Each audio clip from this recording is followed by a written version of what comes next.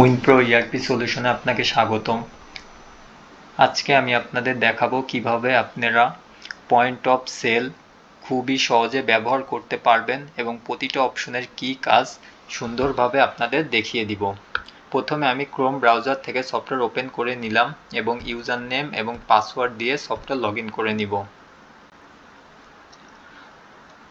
প্রথমে আমি আপনাদের আমাদের মেনু বারের অপশনের কাজ দেখিয়ে দিব।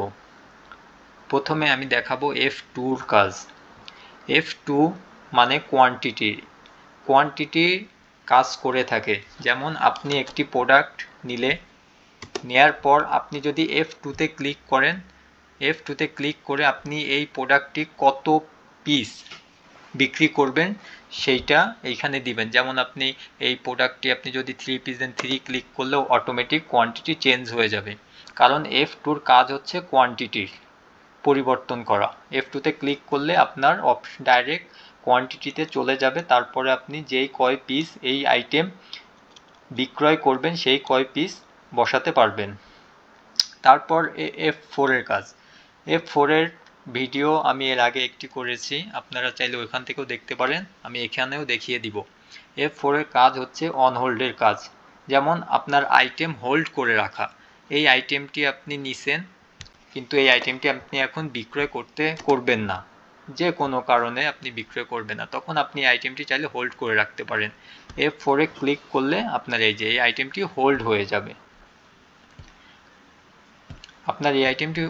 যাবে, তারপরে আপনি এই আইটেম যদি আনহোল্ড করতে চান, যে এই আইটেম আপনি বিক্রয় করবেন, তাহলে আনহোল্ড করার জন্য আপনাকে যেতে হবে F7 ক্লিক করে এই যে আইটেম আপনি আনহোল্ড করতে চান সেই আইটেমে ক্লিক করলে চলে আসবে।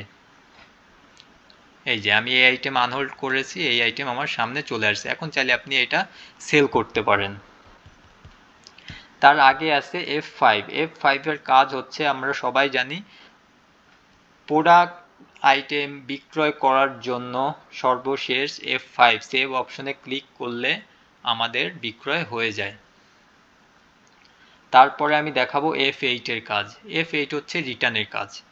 F8 থেকে আপনি রিটার্ন করতে পারবেন। আমি একটি ভিডিও রিটার্ন কিভাবে করবেন অলরেডি আপলোড করে দিছি, আপনারা ওইখান থেকে দেখতে পারবেন। তারপরে F12 এর হচ্ছে গিয়ে শিফট ক্লোজ। যেমন আপনি প্রতিদিন সেল শেষে রাতে যে স্টোর ক্লোজ করবেন সেইটা আপনি এইখান থেকে করতে পারবেন। যেমন শিফট ক্লোজে ক্লিক করলে F12 আপনি এইখানে কনফার্মে যেই টাকা আপনি ক্যাশ পেয়েছেন বসাবেন, যেই টাকা ব্যাংকে পেয়েছেন বসিয়ে সেভে ক্লিক করলে আপনার দিন শেষে শিফট ক্লোজ হয়ে যাবে।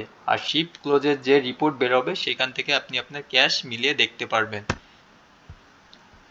তারপরে আছে F11 হচ্ছে গিয়ে সেলস রিপোর্ট আপনার, যেমন ফ্রম সেলস রিপোর্টে ক্লিক করলে আপনার এখানে ফ্রম ডেট, আপনি কত তারিখ থেকে কত তারিখ পর্যন্ত আপনার সেলস রিপোর্ট দেখতে চাচ্ছেন। যেমন ফ্রম ডেট আমি জুনের 1 তারিখ থেকে জুনের 30 তারিখ দিব, জুন মাসে আমি কত টাকা সেল করছি আমি দেখতে চাই, তাহলে ফ্রম ডেটে দিবেন, টু ডেট দিবেন, দিয়ে গোতে ক্লিক করলে আপনার এই যে সেলস রিপোর্ট, পুরো 1 মাসের সেলস রিপোর্ট এভাবে চলে আসবে। তারপরে আমি দেখাবো ম্যানেজ প্রোডাক্টের জন্য আমি একটি ভিডিও করেছি, আপনারা চাইলে ওইখান থেকে দেখতে পারেন। ম্যানেজ প্রোডাক্টের কাজ হচ্ছে আপনার হচ্ছে গিয়ে প্রোডাক্ট তৈরি করা, স্টক বসানো, প্রোডাক্টের বিক্রয় মূল্য পরিবর্তন করা, সব কিছুর কাজ হচ্ছে ম্যানেজ প্রোডাক্টে ক্লিক করলে আপনারা দেখতে পারবেন এই যে প্রোডাক্ট আপনি নতুন করে তৈরি করতে চাইলে আপনি এখানে প্রোডাক্ট আইটেম বসাবেন, প্রোডাক্টের ইংলিশ নাম দিবেন, প্রোডাক্টের বিক্রয় মূল্য দিবেন। যদি আপনি স্টক বসাতে চান এই অ্যাড নিউ স্টকে আপনি স্টক বসাবেন, বসিয়ে ক্রিয়েটে ক্লিক করলে আপনার প্রোডাক্ট ক্রিয়েট হয়ে যাবে। আর যদি আপনি প্রোডাক্টের প্রাইস চেঞ্জ করতে চান তাহলে আপনি এই যে যেই আইটেমের প্রাইস চেঞ্জ করতে চান সেই আইটেম সিলেক্ট করবেন, সিলেক্ট করে এন্টার ক্লিক করবেন। এন্টার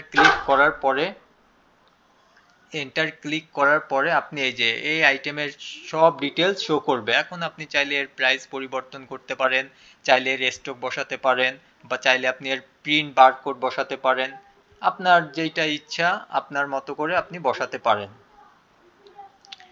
তারপরে আমি দেখাবো ড্রাফট ইনভয়েস। ড্রাফট ইনভয়েস হচ্ছে একটি আপনার কোটেশনের মতো কাজ করে।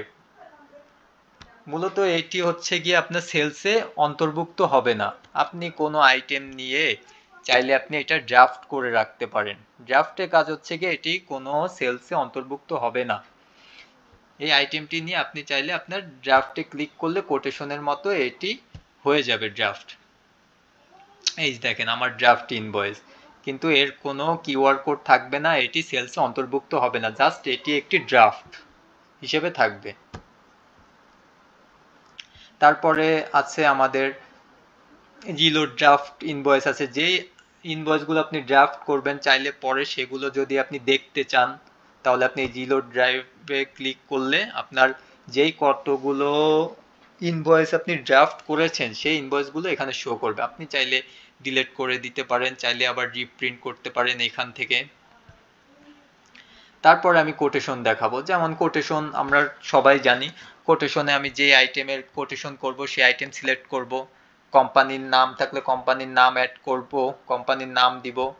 যেমন এই যে আমি কোম্পানির নামও সিলেক্ট করে নিলাম। তারপরে আমি কোটেশনে ক্লিক করলে আমার কোটেশন হয়ে যাবে। কোটেশন হয়ে যাওয়ার পর আপনি যদি চান যে আমি যেই কোটেশনটা করছি আমি প্রিন্ট করতে ভুলে গেছি, বা আমি আবার ওই কোটেশনটা আমি দেখতে চাই বা প্রিন্ট করতে চাই, তখন আপনার ওর পাশেই আছে রিলোড কোটেশন। রিলোড কোটেশনে গেলে আপনি যতগুলো কোটেশন করছেন সব কোটেশন এখানে শো করবে। আপনি এখান থেকে রিপ্রিন্ট করতে পারবেন, আবার দেখতেও পারবেন। তারপর আপনার নিচে আরো অপশন আছে, নিচে যেতে হলে আপনার এইখানে ক্লিক করতে হবে। এইখানে কি লেখা আছে? Show all button.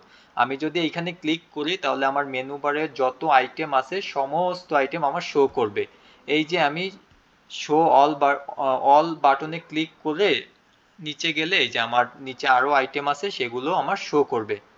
তারপরে আছে কি আমার কন্ট্রোল এফ হচ্ছে গিয়ে সার্চ কাস্টমার। কন্ট্রোল এফ এ ক্লিক করলে আমার যে কাস্টমার লিস্ট আছে কাস্টমার লিস্ট চলে আসবে।